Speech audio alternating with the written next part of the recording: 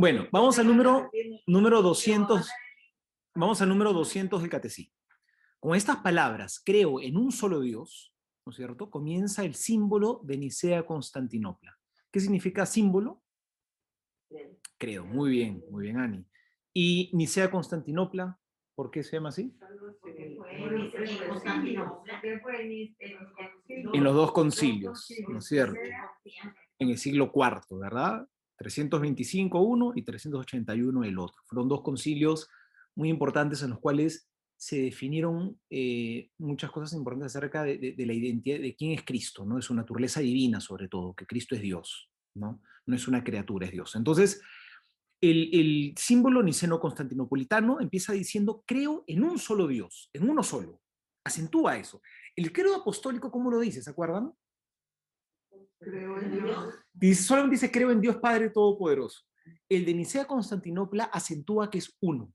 No se contradicen, obviamente los dos están diciendo lo mismo, solamente que el segundo, como que lo quiere especificar muchísimo más. Nosotros creemos en un solo Dios. Nosotros como cristianos no somos politeístas, ¿no? ¿Saben quiénes son las religiones politeístas? Son las que adoran a varios dioses, ¿no es cierto? Nosotros adoramos a un solo Dios que tiene una sola naturaleza divina, pero en tres personas, Padre, Hijo y Espíritu Santo, pero no somos politeístas, sino que somos monoteístas, un solo Dios. La confesión de la unicidad de Dios, unicidad significa que es uno solo, que tiene su raíz en la revelación divina de la antigua alianza. ¿Qué significa eso? La confesión de la unicidad de Dios que tiene su raíz en la revelación divina de la antigua alianza. ¿Qué significa eso?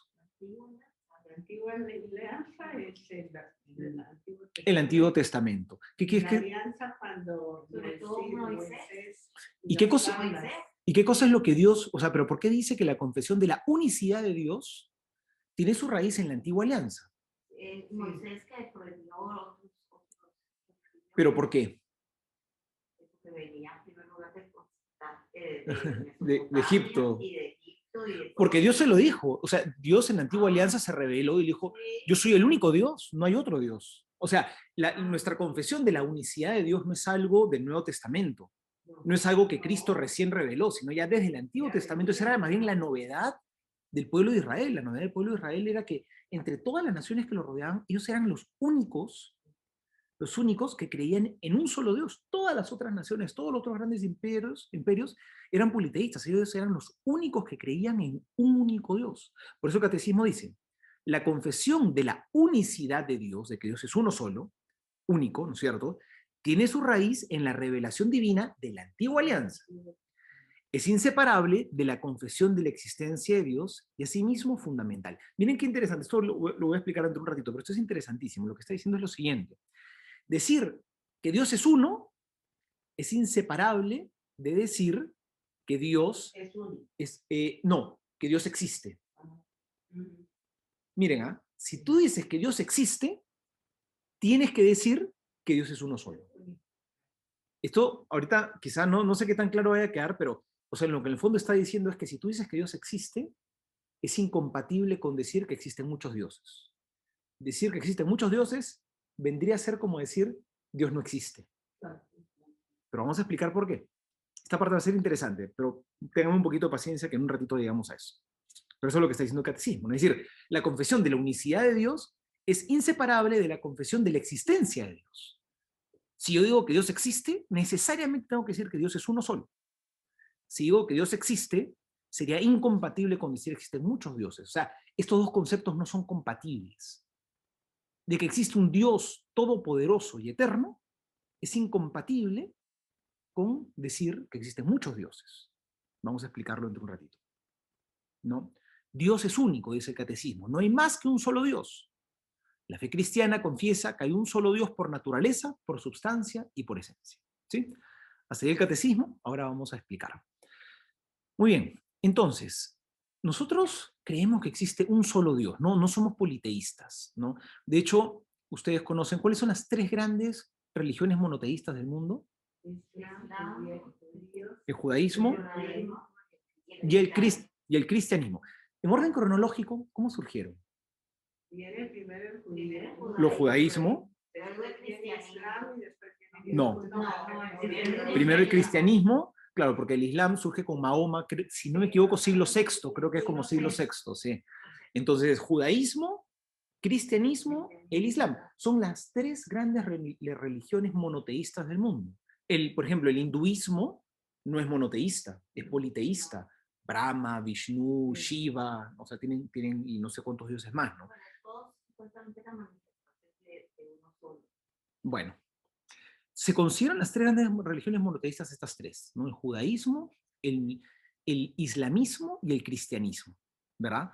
Eh, la afirmación y esto, y esto es importante, ¿no? Porque, eh, ¿cómo se llama? Eso sí hace que entre el cristianismo, el islamismo y el judaísmo haya una unión mucho más grande y es más fácil dialogar en términos religiosos con los hermanos judíos y con los hermanos islámicos, incluso con religiones politeístas. O sea, por lo menos tenemos más puntos en común ahí, ¿no?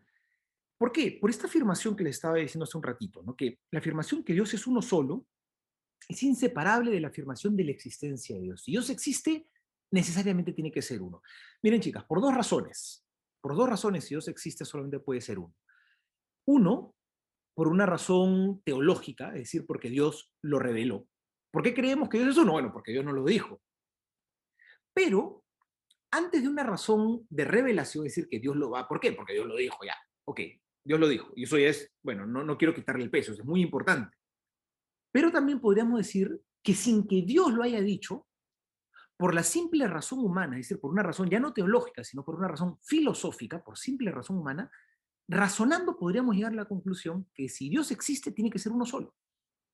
De hecho, los griegos antiguos, ¿no es cierto?, desde Sócrates, ya filosofando, habían llegado a la conclusión que Dios tenía que ser uno solo, no podían ser muchos dioses. Y eso que los griegos creían en una multiplicidad de dioses, ¿no? Los dioses, el Olimpo es griego, ¿no? O eso es romano. El Olimpo es griego, ¿no? O sea, no, Zeus es Roma, Júpiter, ¿no es cierto? Ya no me acuerdo, Júpiter es Zeus en el Imperio Romano, ¿no? Pero tenían una multiplicidad de dioses, ¿no? Eh, ¿Por qué creer en la existencia de Dios? Por la simple razón, filosóficamente, ¿por qué nos tendría que llevar a la conclusión de que Dios es uno solo y no pueden ser muchos? A ver, vamos a hacer el razonamiento, ¿ya? Eh, Hay dos cualidades que son fundamentales para que Dios sea Dios. Para que Dios sea Dios, ¿no es cierto? Tiene que ser todopoderoso. Si Dios no es todopoderoso, significa que hay algo que Dios no puede, pero que otro sí puede. ¿Se dan cuenta? Hay cosas que se pueden, pero que no derivan de este Dios. Significa que hay un otro origen, algún otro origen de algunas cosas que no provienen de Dios. Es decir, hay otro ser que no depende de Dios.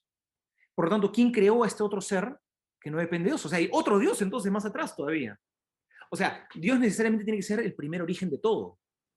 Si hay alguna cosa que no tiene su origen en Dios, significa que eso tiene otro creador o que eso es Dios en sí mismo. ¿No es cierto? Entonces, Dios ya no es el origen de todo, eso es el origen solamente de algo o de una parte. Entonces, eso ya es incompatible con el concepto de Dios. Dios tiene que ser el origen de todo. Repito, ¿no? Si Dios no es el origen de todo, significa que hay otras cosas que tienen otro origen. O sea, estas otras cosas de las cuales, ¿no? O sea, si Dios es el origen de todo, pero no es el origen de esto, ¿no? No es el origen de esto, ¿verdad? ¿De dónde salió esto? Si Dios es el autor de todo, pero no, Él no es el autor de esto. Solamente hay dos posibilidades. O esto tiene otro origen distinto a Dios, o esto es Dios, o esto es Dios también. Y esto se creó, existe por sí mismo. Entonces, entonces significa que Dios no es Dios, porque Él no es el creador de todo. Él no es el concepto de Dios es creador universal. ¿Se dan cuenta? Entonces, Dios tiene que ser necesariamente todopoderoso y tiene que ser infinito. ¿Por qué Dios tiene que ser infinito? ¿Qué opinan ustedes? ¿Por qué Dios tiene Si no tiene que venir alguien atrás. Así es, así es. Porque si no tendría que haber alguien atrás, tendría que haber, claro, tendría que haber alguien que viene por atrás. Dios tiene que ser infinito. No tiene origen, no tiene fin, porque Él es el origen de todo, justamente. Él es el origen de todo. ¿Verdad? Así es. Entonces, Dios necesariamente tiene que ser todopoderoso. Si Él no es todopoderoso, no es Dios. Ahora, para ser todopoderoso y para ser infinito, para ser todopoderoso y para ser infinito, tiene que ser uno solo. ¿Por qué? A ver, ¿por qué para ser todo, para que sea un Dios todopoderoso tiene que ser uno solo? ¿Por qué si son varios ya no podría ser todopoderoso? Justamente. Claro, estaría, o sea, ya no sería, claro, ya hay otro Dios significa que hay unas cosas, el otro ser ya es un límite para mi ser. ¿Te das cuenta? El poder del otro es un límite para el poder de este. Entonces, ya no es todopoderoso. Ya no es todopoderoso. El concepto de Dios para que sea todopoderoso significa que tiene, para ser todopoderoso necesariamente tiene que ser uno. Si son dos, ya no es todopoderoso, es parcialmente poderoso y parcialmente poderoso. ¿Se dan cuenta? O sea, Dios, para ser Dios, para ser, tiene que ser todopoderoso. Para ser Dios tiene que ser todopoderoso. Y para ser todopoderoso, tiene que ser uno solo. Tiene que ser uno solo. ¿No es cierto? Y otra pregunta. Y para ser, y si Dios tiene que ser infinito, y si Dios, se puso emocionante, fueron los efectos especiales. Y si Dios es infinito, ¿por qué tiene que ser uno solo? Si Dios es tiene que ser infinito, ¿por qué? ¿Cómo? Otro también iría a hacer, A coger su papel. sí, a terminar el infinito. Claro, es que, a ver, si hubiera otro, ya no sería el principio y el fin. Sería una parte. Sería una parte. ¿Se dan cuenta? ¿No? Si un Dios es infinito y hay otro Dios, significa que este otro Dios está fuera de este de acá. Entonces, ya no es infinito. ¿No es cierto? Dios ya no lo sería porque hay otro Dios más. Si Dios es todopoderoso, de la misma manera, no puede haber otro Dios, porque si no, significaría que hay otro Dios que está fuera del poder del primer Dios, ¿no? Entonces, por eso yo creo que es importante entender, o sea, Dios necesariamente tiene que ser uno. Para ser Dios tiene que ser uno. El concepto politeísta, en el fondo, es un concepto muy primitivo de una religiosidad natural del ser humano que percibe que tiene que existir una divinidad, pero como no ha conocido la revelación sobrenatural de Dios, porque Dios no se ha presentado, no porque, digamos, Dios se reveló primero al pueblo de Israel, luego a través de Jesucristo, pero hay pueblos que no conocieron esta revelación, ¿no? Entonces, claro, pero son igual religiosos y tratan de entender, ¿no?, cómo surgen las cosas, y en su intento de dar explicación a la divinidad en una religiosidad primitiva, plantean un politeísmo. Pero en realidad es algo primitivo, porque en realidad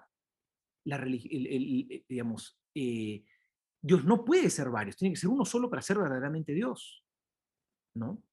Es por eso que en el diálogo interreligioso, como les decía hace un ratito, podemos sostener un mayor y un mejor diálogo con las religiones monoteístas que con otras que son, por ejemplo, politeístas, ¿no? Con las monoteístas podemos entendernos más, pueden haber puntos en común mucho más evidentes y claros, ¿no?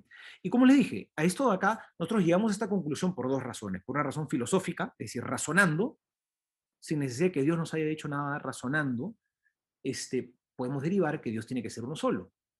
Pero también hay una razón teológica. Dios se ha revelado y lo ha dicho. Dios nos ha dicho que Él es uno solo, ¿no es cierto? Entonces son por dos razones, ¿verdad? Por una filosófica y por una teológica, ¿verdad? Entonces, muy bien. Y esto fue muy importante, ¿no? Esta revelación de que yo soy el único Dios fue, en realidad esa era la esencia de lo que Dios le quiso revelar al pueblo de Israel.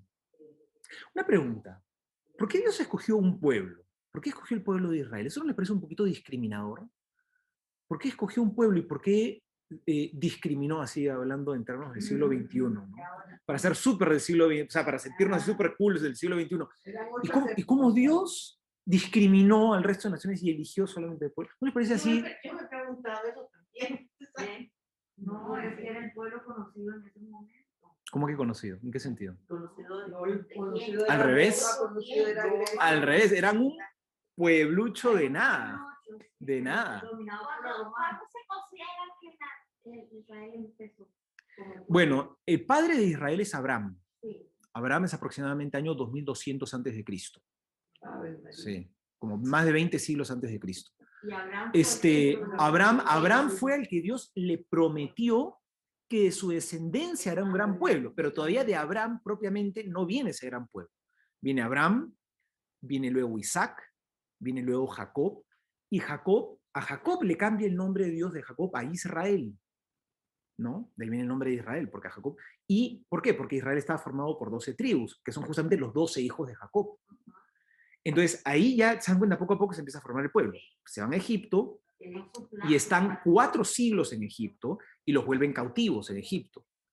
Y cuando Moisés los saca, pasan por el Mar Rojo, en esa experiencia de sentirse perseguidos y ser atribulados, es que empiezan a tomar conciencia de su identidad de nación. Cuando salen de Egipto, dicen, ahí es cuando Dios hace bueno, que en realidad es la tercera alianza, porque la primera es con Adán, la cuarta, perdón, la primera es con Adán y Eva, la segunda es con Abraham, no, la segunda es con Noé, la tercera es con Abraham, la cuarta es con Moisés, la quinta es con David, y la sexta es con Jesús. Muy bien, muy bien, con Jesús. Son las 6 grandes alianzas. Esta ya es la plena y la definitiva. Después de esta ya no hay más alianzas, ¿no?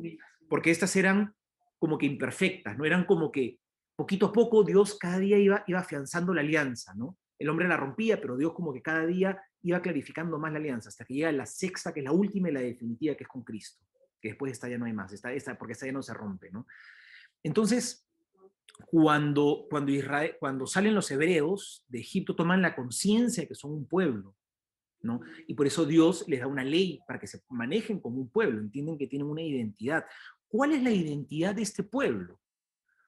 La identidad fundamental de este pueblo es creer en un solo Dios, el monoteísmo. Esa era la gran identidad de este pueblo, era lo que Dios les había dicho en esta alianza. Ustedes serán mi pueblo de elección, serán mi pueblo, y ustedes serán mi pueblo, y yo seré su único Dios. No alabarán otros dioses. Yo seré su único Dios. O sea, la gran identidad de este pueblo era su relación con Dios, con el Dios único y verdadero.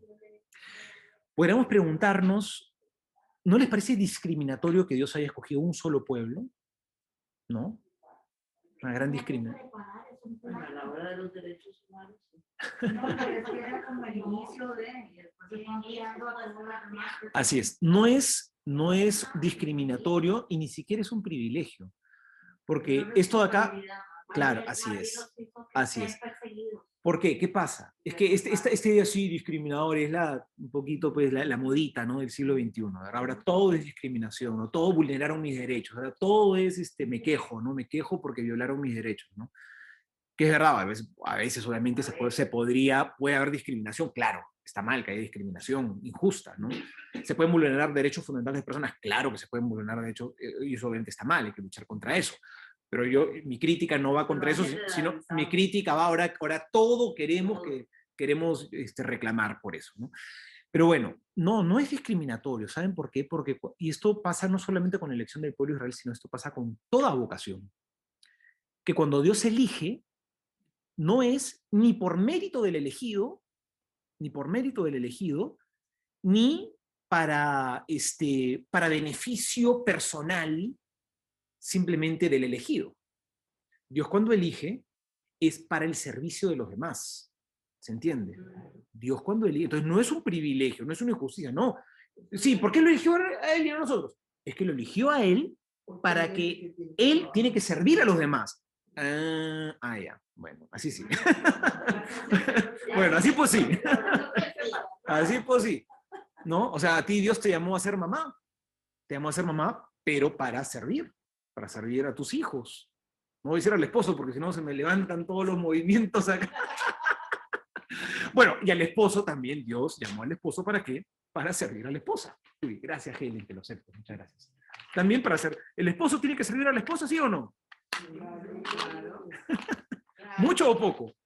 Igual. Gracias. Igual. Claro. La esposa no tiene que ser. No. Los dos tienen que servirse mutuamente. Un poco más el esposo. Está bien, está bien. Bueno, entonces, bueno, esto es lo que pasa. Dios elige a Israel. Miren qué bonito, ¿no? Y lo constituye un pueblo sacerdotal.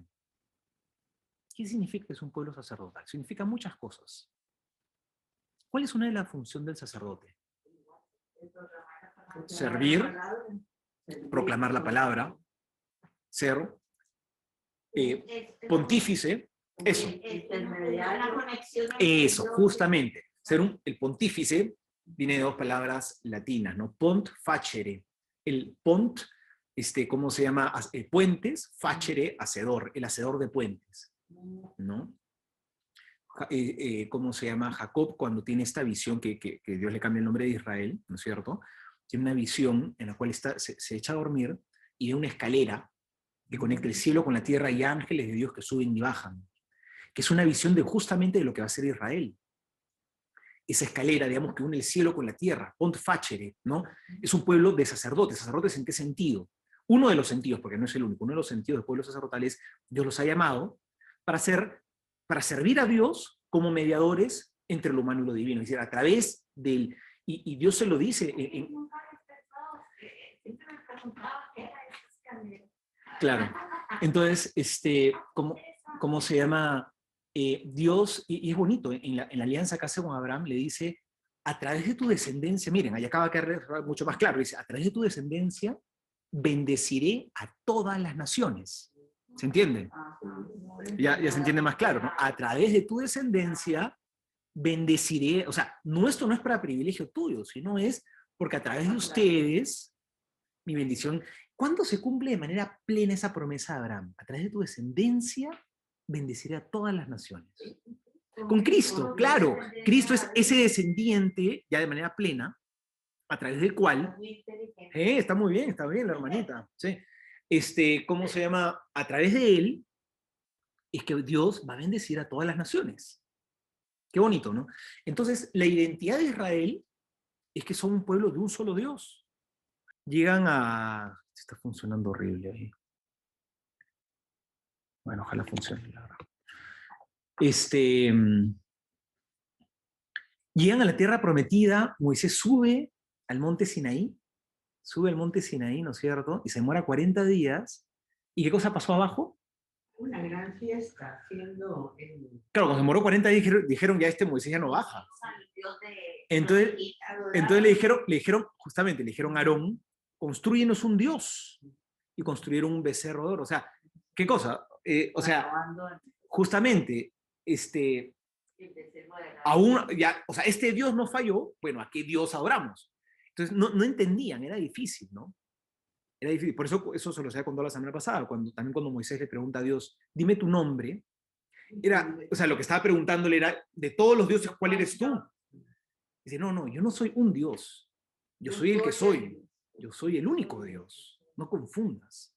Entonces fue todo un proceso en el cual Israel empezó entendiendo que es al principio que Dios era, el Dios de ellos era que el Dios de Israel era más poderoso que los otros dioses. Pero fue un proceso en el cual dijeron, no es que el Dios de Israel es más poderoso que otros dioses. El Dios de Israel es el único Dios. Hay una gran diferencia entre decir que este es el Dios más poderoso o el Dios principal, a decir este es el único Dios. Esta afirmación que Dios es uno solo es importantísima, por eso nuestro credo comienza así. Creo en un solo Dios. Creo en un solo Dios. ¿Verdad? Entonces, esto es muy, pero muy, muy importante que lo entendamos. Creo en un solo Dios. ¿Verdad? Y esta es la gran pelea, ¿no? Porque, por ejemplo, ¿no? Si nos vamos a los mandamientos, ¿qué es el primer mandamiento? Claro, miren por dónde comienza, ¿no? Se dan cuenta que es lo más importante. Y en realidad en la formulación del libro del Éxodo, en el relato, este mandamiento empieza así. El Señor tu Dios es uno solo. Así empieza en realidad el mandamiento. Esta versión que nosotros conocemos es la versión pastoral que la iglesia ha adaptado, digamos, para las catequesis, ¿no? Amarás al Señor sobre todas las cosas, pero la versión original que está en el libro del Éxodo es: el Señor tu Dios es uno solo. No adorarás ídolos, ¿no? Amarás al Señor tu Dios con todo tu corazón. O sea, el primer mandamiento era: adorarás un solo Dios. ¿Se acuerdan cuál es el último mandamiento? Ahí sí. El noveno y el 10º mandamiento hablan sobre no codiciarás los bienes ajenos, ¿no es cierto? No No codi- robarás. claro, no. Y es interesante porque de alguna manera, a la hora de hablar de codiciar, en el fondo está hablando claro, o de adorar otras cosas que no son Dios. Tú cuando codicias algo, estás adorando otras cosas que no son Dios. En el fondo, el resumen de todos los mandamientos es el primero. El resumen claro, el primero dice adorarás al Señor tu Dios, el otro es no codiciarás otras cosas. Es decir, no convertirás otras cosas que no son Dios, no las convertirás en Dios. Todo en lo que consiste ese asunto, todo en lo que consiste ese asunto es en adorar a Dios. Todo en lo que consiste este asunto es adorar a Dios. ¿Por qué creen que para nosotros los católicos es tan importante ir a misa? Hoy en día, en nuestra cultura del siglo XXI, que es sumamente pragmática, nuestra cultura pragmática dice, no, a ver, no, lo importante son las obras, lo importante es que tú ayudes a los demás, lo importante es que tú seas buena persona, lo importante es que tú seas generoso. No. ¿Qué cosa es lo importante? Que adoremos a Dios. Que adoremos a Dios. Justamente, servimos a los demás porque es una manera de adorar a Dios. Pero el punto central es adorar a Dios. ¿Cuál es el sentido de ir a misa los domingos? Que muchas veces no le vemos la utilidad práctica, ¿no? Dentro de esta mentalidad practicista que tenemos hoy en día, ¿no? ¿Cuál es el sentido de ir a misa los domingos? Es justamente el adoratio, o sea, vamos a adorar. Vamos a...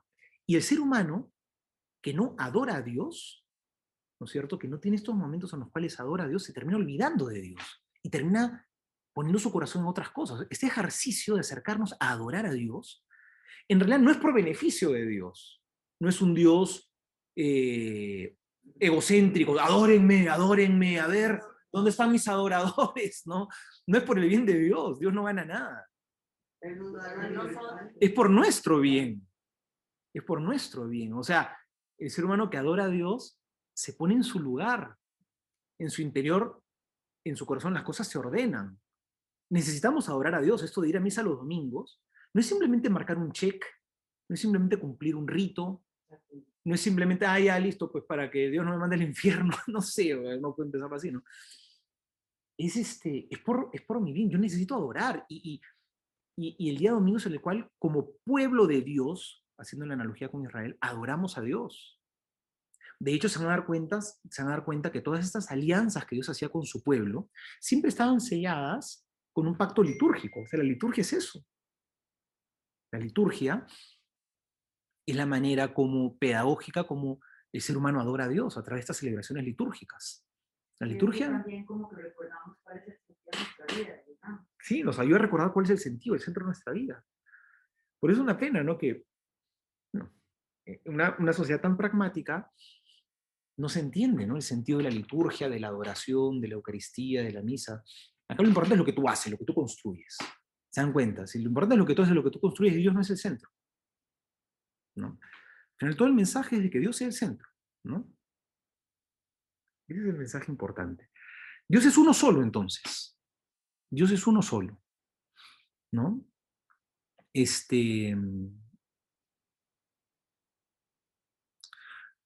Muy bien. Entonces, ay, no, perdón, este no es, acá estamos, ya. Uy, me adelanté un montón, ¿no? Pero bueno, ¿quedó claro? ¿Sí? Sí. Sí, Dios es uno solo. Ese es no sé cómo estará funcionando el internet, porque cada rato me sale que la conexión está inestable. Ojalá que esté funcionando bien. Pero bueno. Yo lo expliqué. Ya. Vamos al número 201 del Catecismo. A Israel, su elegido, Dios se reveló como el único Dios. A Israel Dios se le reveló, no como el más poderoso, sino como el único. Escucha a Israel, ¿no? Este libro de Deuteronomio, ¿no? Escucha a Israel, el Señor nuestro Dios es el único Señor. Amarás al Señor tu Dios con todo tu corazón, con toda tu alma y con todas tus fuerzas, ¿no? Deuteronomio, Antiguo Testamento, ¿no?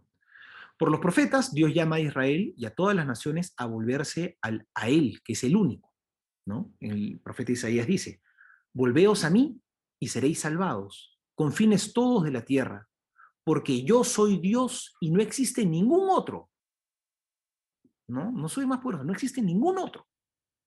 Ante mí se doblará toda rodilla y toda lengua jurará diciendo, solo en Dios hay victoria y fuerza. ¿No? Sí. En Dios hay victoria, fuerza. Sí. Entonces, por eso hace sentido que Dios en el primer mandamiento nos diga, amarás al Señor tu Dios con todo tu corazón, con toda tu alma, con toda tu fuerza, con todo tu ser. ¿Por qué pide todo? Porque Dios es uno. Si fueran varios dioses, nuestro corazón tendría que estar dividido, no nos podrían pedir que lo amemos con todo nuestro ser. Claro. Más bien, Dios nos pide que lo amemos con todo, que nuestro corazón no esté dividido, que lo amemos solamente a Él. Con toda tu alma, con todo tu ser, porque Dios es uno. O sea, no tienes a otro a quien mirar, es solo Él, todo tu ser a Él, todo tu ser a Él. Se dan cuenta de la coherencia, ¿no? Se dan cuenta de la coherencia, ¿no? Si hubieran varios dioses, yo no podría amar a todos estos dioses con un corazón, ¿no? O sea, tener el corazón dividido, ¿verdad? Entonces, Él es el único Dios. Claro, ahora, algunos dicen, es que, y el amor a Dios es interesante, pero no, nos permite amar mucho más a los demás también, porque a veces uno puede verse oposición entre, claro, si fuera competencia entre dioses sería complicado, ¿no? Pero amar a Dios no es una competencia con amar a las criaturas de Dios. Una cosa si fueran dos dioses distintos. Pero ahí podría haber una competencia, pero a la hora que amas a Dios, Dios no compite con su criatura. O sea, cuando amas a Dios también amas a su creación, ¿no? Por eso Él une, ¿no? Amarás a Dios como amarás al prójimo. Ahí en esos no hay oposición. ¿Se dan cuenta? ¿No? A Dios hay que amarlo con todo el ser. Si Dios es el único, Dios es el origen de todo, es el alfa y el omega, es el principio y el fin. A Dios no se lo puede amar un poquito. ¿Crees en Dios? Sí, un poquito. ¿Cómo que? Sí, crecen, claro. Es como esa historia, ¿no? De este dueño, pues, que este señor que tenía un montón de sirvientes, ¿no? Y a una de sus sirvientas la empieza a ver y como que parece que está embarazada, ¿no? Y se le acerca y le dice, Juana, una pregunta. ¿Estás embarazada? Ay, sí, señor, un poquito.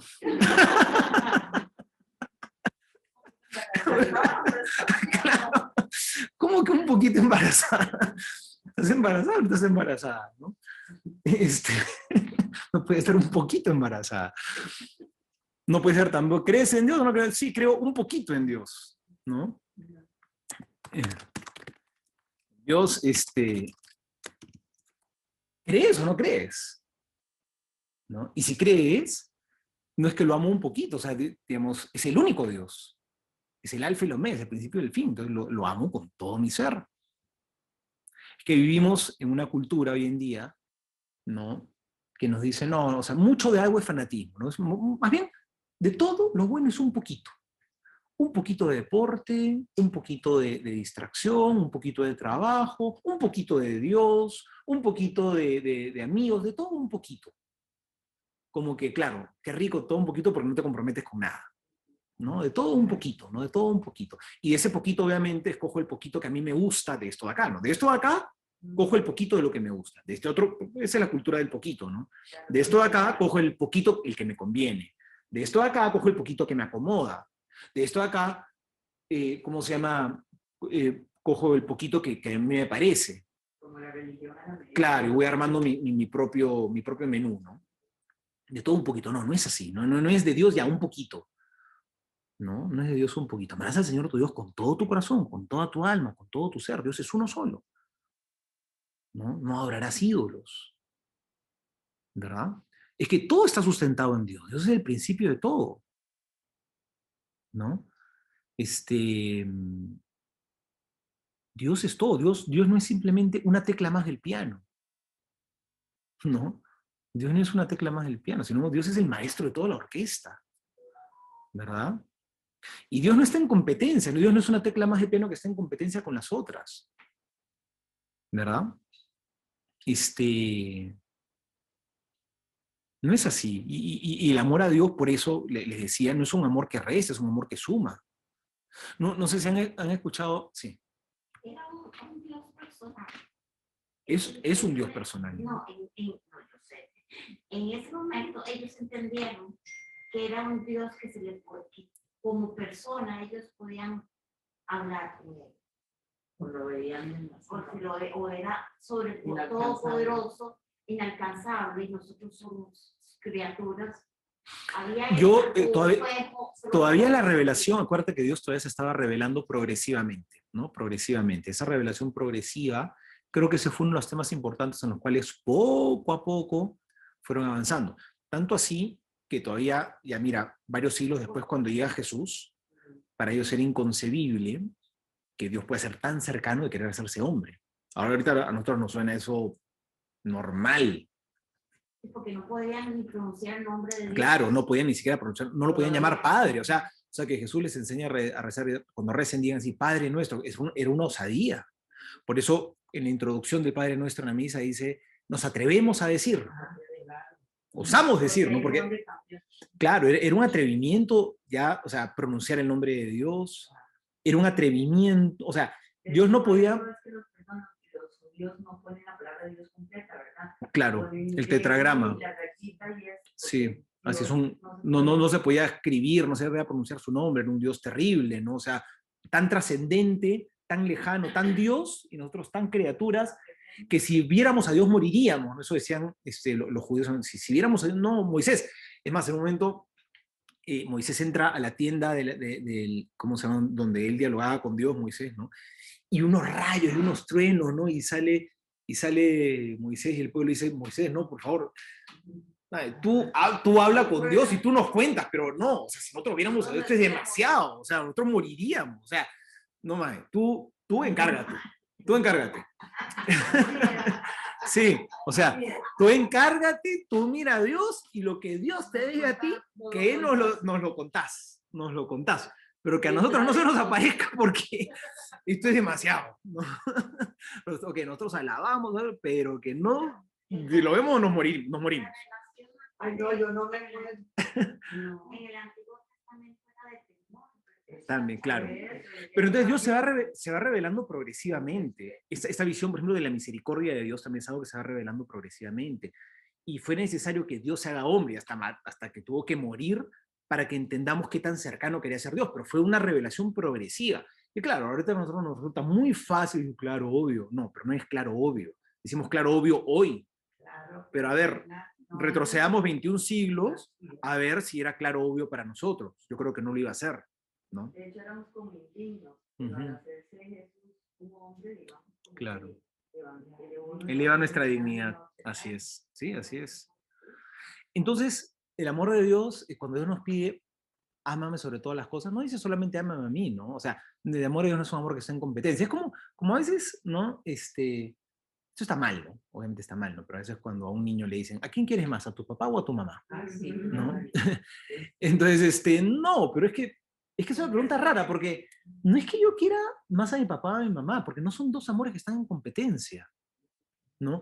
Puede ser que haya unas cosas en las cuales tenga más sintonía con mi papá que con mi mamá, y hay otras cosas en las cuales tendré más afinidad con mi mamá que con mi papá. Eso sí, pero a veces cuando hacen ese tipo de preguntas confunden, ¿no? ¿Por qué?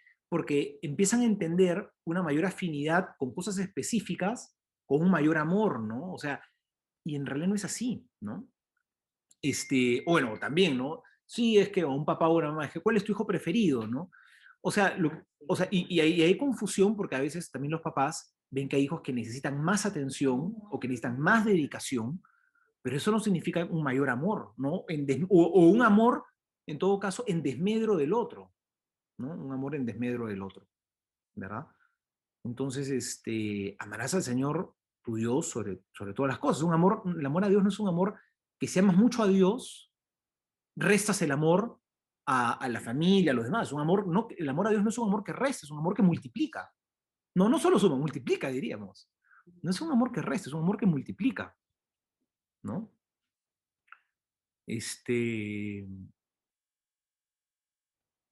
Entonces, bueno.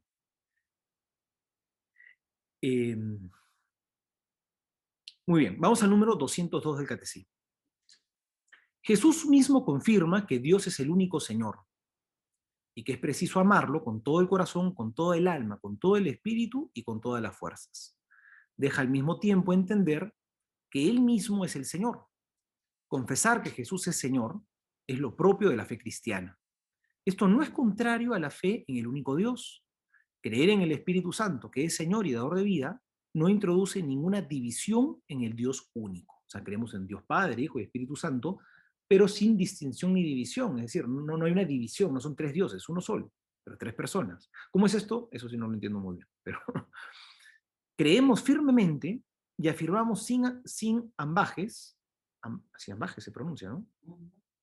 Eso es el Concilio de Letrán, por si acaso. Creemos firmemente y confirmamos sin ambajes que hay un solo Dios verdadero, inmenso, inmutable, incomprensible, es decir, misterioso, no lo podemos abarcar completamente, todopoderoso e inefable, Padre, Hijo y Espíritu Santo.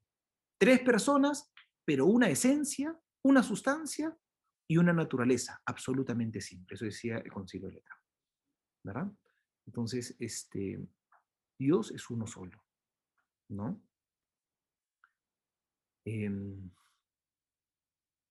Yo lo que la analogía que usaban mis hijas para esas tres figuras de un solo Dios, de personas, es que era igual que el agua.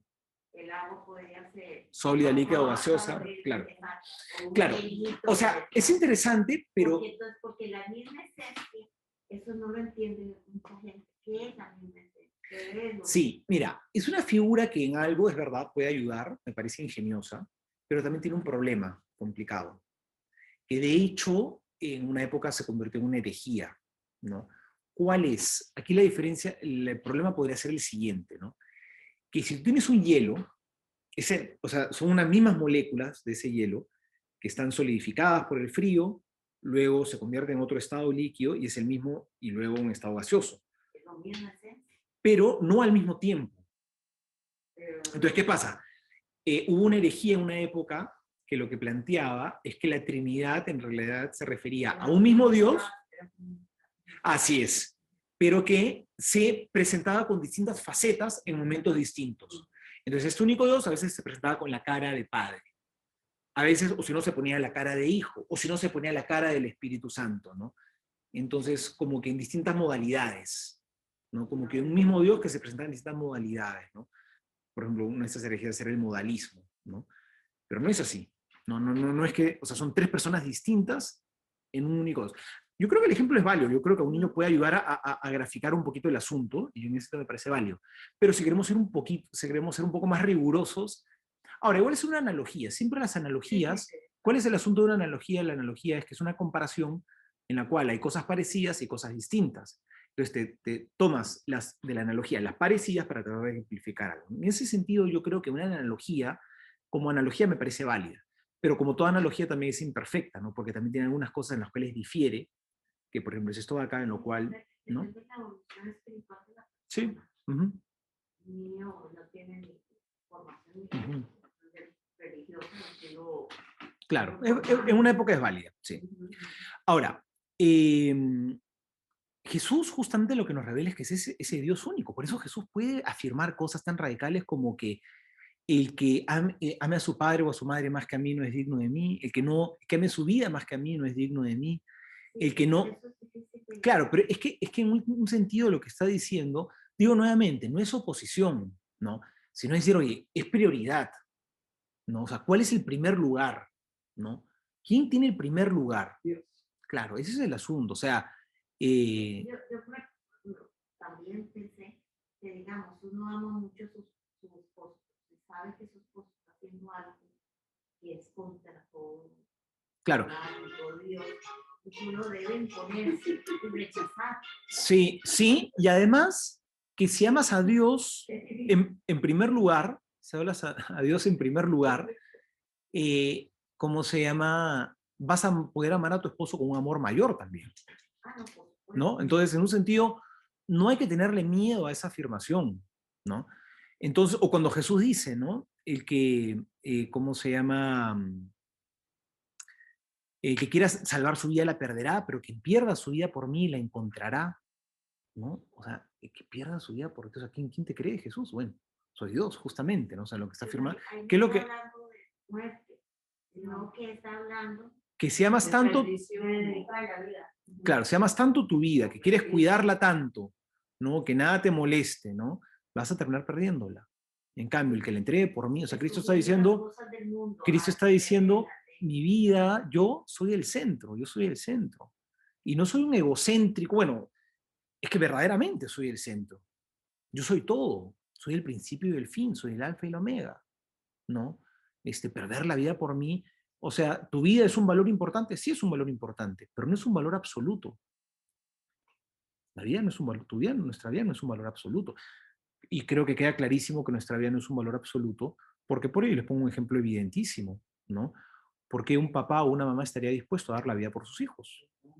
Porque nuestra vida es un valor que hay que cuidar, pero se dan cuenta que no es un valor absoluto, hay valores más altos, incluso hay valores más altos que la propia vida. ¿Cuál es el sentido de los mártires? ¿No es cierto? O sea, los mártires dieron su vida porque decían, mi vida es un valor altísimo que tengo que preservar, pero no es el valor más alto de todos. Si está en competencia este valor tan alto con uno, pero con uno más alto todavía, bueno, obviamente renuncio a este, ¿no? Entonces, ese era el sentido de los mártires, ¿no? Dios sí es un valor absoluto, porque yo no sé bajo qué circunstancia uno podría decir, renuncio a Dios porque está en competencia con otro valor más elevado que Él. Yo creo que Dios sí es el valor absoluto, por eso Jesús podía plantearse en valores absolutos, en términos absolutos, ¿no? Amar con toda tu alma, con todo tu ser, ¿no? El que no pierda la vida por mí, ¿no? El que no está conmigo está contra mí, el que no recoge conmigo es parrama. O sea, Jesús planteaba la adhesión a Él en términos absolutos, absolutos. ¿Por qué?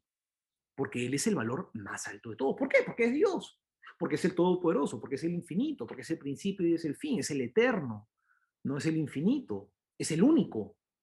Todo lo que hemos estado hablando, porque hemos sido creados para unirnos a Él, ¿verdad? Por eso lo plantea así. Esto no es fanatismo, ¿no? Como hoy en día te lo quieren. Si amas mucho a Dios, fanático, ¿no? A mí me llama la atención, les pongo un ejemplo. Hoy en día se ha puesto súper de moda la cultura fit, ¿no? Del culto al cuerpo, ¿no? De hecho, los gimnasios se han convertido hoy en día en los nuevos templos, ¿no? Son los nuevos templos a los cuales uno religiosamente va a ofrecerles ofrenda al Dios cuerpo, ¿no?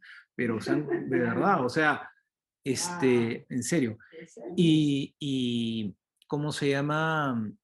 Y tanto así que me llama la atención cuando yo escucho personas y de verdad son admiradas esas personas que van al gimnasio todos los días. Y no es que me parezca mala. El problema no es hacer estas cosas, el problema es la importancia que le pones. Claro, entonces, ok, yo sé que te veo en el gimnasio todos los días, Israel, es increíble, ¿no?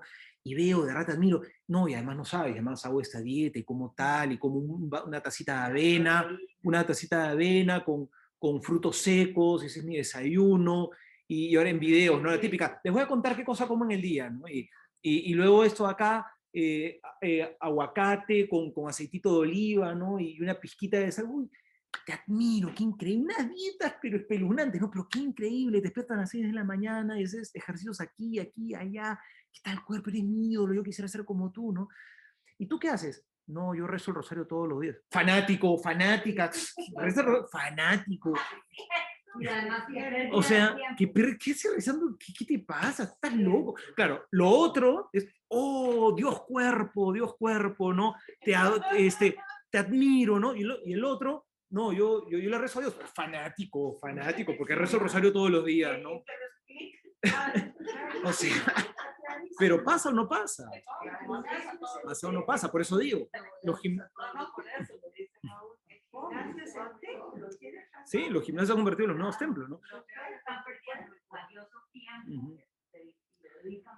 Ya entienden, podríamos incluso, somos tan modernos que podríamos regresar a la época del Antiguo Testamento y Dios hoy en día nos podría decir, no adorarás a otro Dios, adorarás solamente al Señor tu Dios y no tendrás otros ídolos frente a ti. El Señor tu Dios es uno solo, ¿no? Y amarás al Señor tu Dios con toda tu alma, con toda tu mente, con todo tu corazón, con todo tu ser. Tranquilamente Dios podría venir ahora, 4000 años después de todo esto que podría venir hoy en día y repetirnos hoy y completamente vigente a lo que pasa hoy en día. Igual sucede con lo de la riqueza. Ya, son los nuevos ídolos. Son los antiguos ídolos eran pues el sol, ¿no? el río Nilo, ¿no? Estos son nuestros nuevos ídolos. En realidad, el gran Dios al que alabamos es el culto es mi yo. Yo soy el punto de referencia, es yo, ¿no? Soy yo. Que en realidad tampoco es tan novedoso, ¿no? Porque es exactamente lo mismo que pasó con Adán y Eva, ¿no? O sea, los que quieren decidir el bien y el mal, ¿no? O sea, yo soy el que define el bien y el mal, ¿no? Eso fue lo que la serpiente le dijo, ¿no? Es que, claro, Dios no quiere, sabe que el día que tú comas de este árbol, ¿no? Se te abrirán los ojos, ¿no? Y tú decidirás el bien y el mal, y, o sea, como que en el fondo es el hombre que quiere ponerse en el centro y sacar a Dios del centro, ¿no? Como si tuviéramos un Dios que estuviera en competencia contra nosotros, ¿no? Y eso es ridículo, pero sí se piensa, ¿no? Como que un Dios, ¿no? Que como que está en competencia, ¿no? Y no es así. Bueno.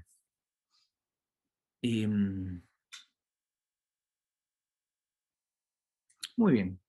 Creo que estuvo bueno. Muy bueno. Creo que estuvo bueno. Creo que lo dejamos ahí, ¿no? Y espero... Solo 3 o 4 palabras. Y ahí está todo. Sí. O sea, hoy hemos empezado diciendo, Dios es uno solo, ¿no? Creo en un solo Dios. Eso es lo que hemos dicho. Creo en un solo Dios. Nos hemos centrado en eso, pero es una afirmación poderosísima. Hemos recorrido la historia de la salvación para entender qué significa creo en un solo Dios. Que en el fondo, con esto que hemos dicho hoy, resume la centralidad de nuestra razón como seres humanos para estar acá, que es adorar al único Dios, es nuestra razón de ser en esta vida, no otra cosa. Con eso podemos resumirlo todo. Sí. Muy bien. Terminamos con una oración, entonces. En nombre del Padre, el Hijo y el Espíritu Santo. Amén. Gracias, Señor bueno, tú que eres nuestro único Dios, poderoso, principio y fin, creador de todo, Dios lleno de amor, que no necesitabas crearnos, pero por condescendencia y por grandeza de tu amor has querido compartir tu ser, trayéndonos a la vida. Queremos pedirte, Señor, que transformes nuestros corazones, que podamos volver nuestro rostro hacia ti, Señor, que podamos tener fijos nuestra mirada, nuestro corazón, nuestro amor, nuestro deseo, nuestro querer en seguirte, que tú puedas ser, Señor, el único Dios al que alabamos y que no estemos corriendo tras otros ídolos que son de arcilla o de madera o que son ídolos pasajeros que solamente dan una satisfacción inmediata y no nos llenan el corazón como solamente tú, Señor. Bendícenos para que te podamos amar así como tú nos has pedido y en justicia podamos entregarte toda nuestra vida y todo nuestro ser. Vamos a pedirle a nuestra Madre, la Virgen María, a que nos ayude a tener un corazón piadoso y devoto hacia el Señor nuestro Dios. Dios te salve María, llena eres de gracia, el Señor es contigo, bendita tú eres entre todas las mujeres y bendito es el fruto de tu vientre Jesús. Santa María, Madre de Dios, ruega por nosotros pecadores, ahora y en la hora de nuestra muerte. Amén. El Señor esté con ustedes. Y la bendición de Dios Todopoderoso, Padre, Hijo y Espíritu Santo, descienda sobre ustedes y permanezca para siempre. Amén. Que Dios los bendiga. Dígame una cosa, ¿qué pasa?